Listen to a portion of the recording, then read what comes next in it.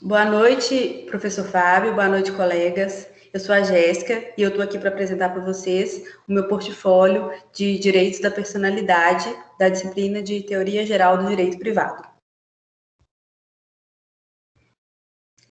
A minha análise sobre os direitos da personalidade tem como objeto de estudo o filme Uma Prova de Amor, lançado em 2009, e uma jurisprudência sobre o direito à imagem extraída do site do Tribunal de Justiça de Minas Gerais. Então, no primeiro momento, eu vou resumir o filme, analisar juridicamente o seu conteúdo, e em seguida eu vou resumir a jurisprudência escolhida e apresentar os argumentos que me fizeram ser contrária à sentença proferida. O filme Uma Prova de Amor retrata a história de Ana, uma criança de 11 anos que foi concebida para ser irmã salvadora de Kate, que antes dos 4 anos foi diagnosticada com leucemia. Ela decide entrar com processo contra os pais, solicitando a emancipação médica, alegando que queria ter direito ao próprio corpo e que não queria mais doar partes dele para sua irmã. Ela começou a doar material genético para Kate desde o nascimento. Fez doação de medula óssea aos 5 anos e agora precisava doar um rim para a irmã, devido ao avançado estágio da doença.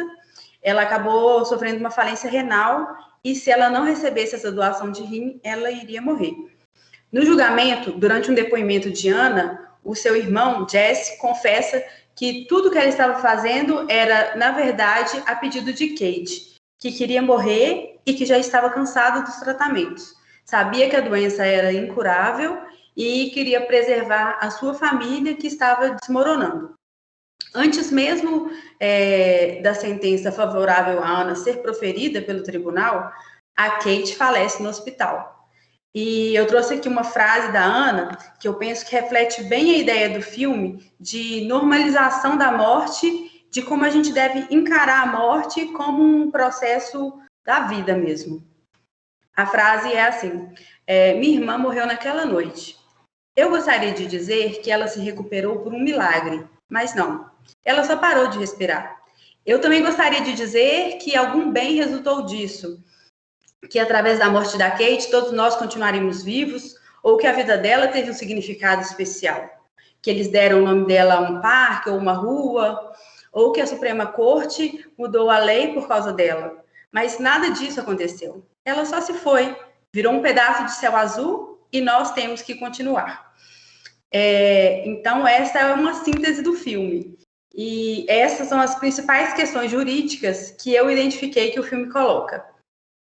Em primeiro lugar, a questão da reprodução assistida, que é um método permitido no Brasil e tem, inclusive, uma resolução do Conselho Federal de Medicina que respalda a seleção de embriões saudáveis e compatíveis com outro filho para fins de doação de medula óssea, caso esse filho apresente uma doença que exija o tratamento com células-tronco. Esse bebê é conhecido como irmão salvador ou bebê medicamento. Outra questão é a idade da Ana. Com 11 anos, ela é classificada como absolutamente incapaz no Brasil e submissa ao poder familiar. A emancipação médica não é uma hipótese prevista no ordenamento brasileiro. E mesmo a emancipação civil não poderia ser solicitada pela Ana, porque é uma concessão dada pelos pais, portanto, não pode ser exigida pelo filho, e também só é autorizada para maiores de 16 e menores de 18 anos. Sobre a doação de órgãos, a lei de transplantes prevê a doação de órgãos dúplices, como é o caso dos rins, mas para pessoas juridicamente capazes apenas, o que não é o caso de Ana. Para os menores, só é autorizada a doação de medula óssea e precisa de ter o consentimento dos pais ou dos responsáveis. Eu acho importante frisar que a lei de transplante não fala do consentimento da criança. Mas mesmo nessa situação, nós temos o ECA, que resguarda a inviolabilidade da integridade física, psíquica e moral das crianças e adolescentes.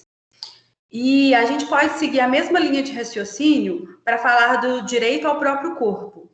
Mesmo sendo uma pessoa em construção, a vontade e a opinião da Ana devem ser levadas em consideração.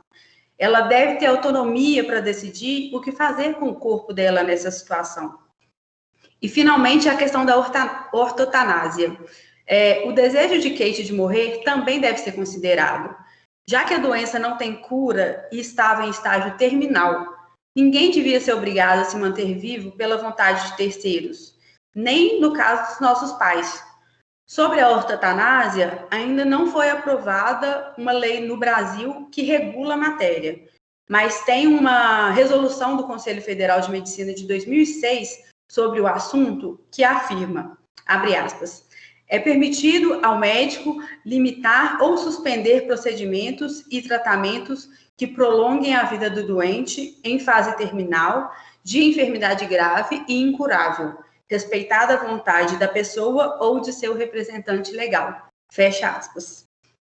Eu trouxe aqui também, para fins de ilustração, um caso brasileiro de Irmão Salvador, que ocorreu em São Paulo em 2012. A Maria Vitória era portadora de uma doença crônica e rara no sangue, chamada talassemia major, que obrigava a fazer transfusões de sangue a cada 3 semanas. Os pais resolveram ter outro filho e escolheram a fertilização in vitro para poder escolher um embrião que não fosse portador da doença e que fosse compatível com a Maria Vitória. Foi aí que nasceu a Maria Clara. Com 1 ano, ela doou a medula óssea para a irmã e hoje as duas são saudáveis. A Maria Vitória está curada da doença. Passando agora para a jurisprudência, o caso é de indenização por danos morais por uso desautorizado de imagem movida pelo Cleidson Fonseca contra o jornal Brasil de Fato MG. O processo foi julgado inicialmente na primeira vara civil da comarca de Contagem, que negou o pedido de indenização. O jornal publicou uma matéria no dia 7 de novembro de 2014, na sua versão impressa e também no site, sobre a final da Copa do Brasil, que seria disputada entre Atlético e Cruzeiro. Para ilustrar a matéria, o jornal usou a foto de Cleidson e seu namorado se beijando. Cada um estava com a camisa de um dos times. E o jornal ainda colocou a seguinte legenda: essa foto, de autoria desconhecida, circula pela internet como um protesto contra o preconceito e a violência no futebol. Agora que os dois grandes rivais mineiros decidiram a Copa do Brasil, a imagem é uma convocação ao respeito, à paz e à confraternização entre as torcidas. As camisas dos clubes vestem seres humanos. Que a estupidez não separe o que o esporte é capaz de unir. Fecha aspas. Essa era a frase da legenda. E por conta dessa legenda, o jornal afirmou que a foto não era ofensiva e nem preconceituosa. Já o Cleidson, ele alega que a foto foi retirada do seu Facebook sem o seu consentimento e ele só descobriu sobre a matéria por amigos que ligaram comentando. Falou também que foi alvo de piadas no trabalho e que seus pais, por serem mais idosos, também sofreram com essa exposição do filho. O relator do processo, o desembargador Luiz Carlos Gomes da Mata, votou por manter a sentença, negando o provimento ao recurso de apelação, e os outros 2 desembargadores seguiram o voto do relator.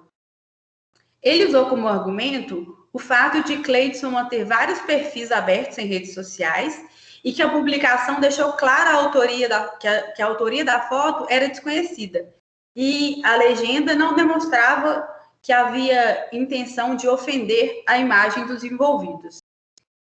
Então, esses são os principais pontos que eu julgo importante comentar dessa decisão. Primeiro, sobre o direito à imagem.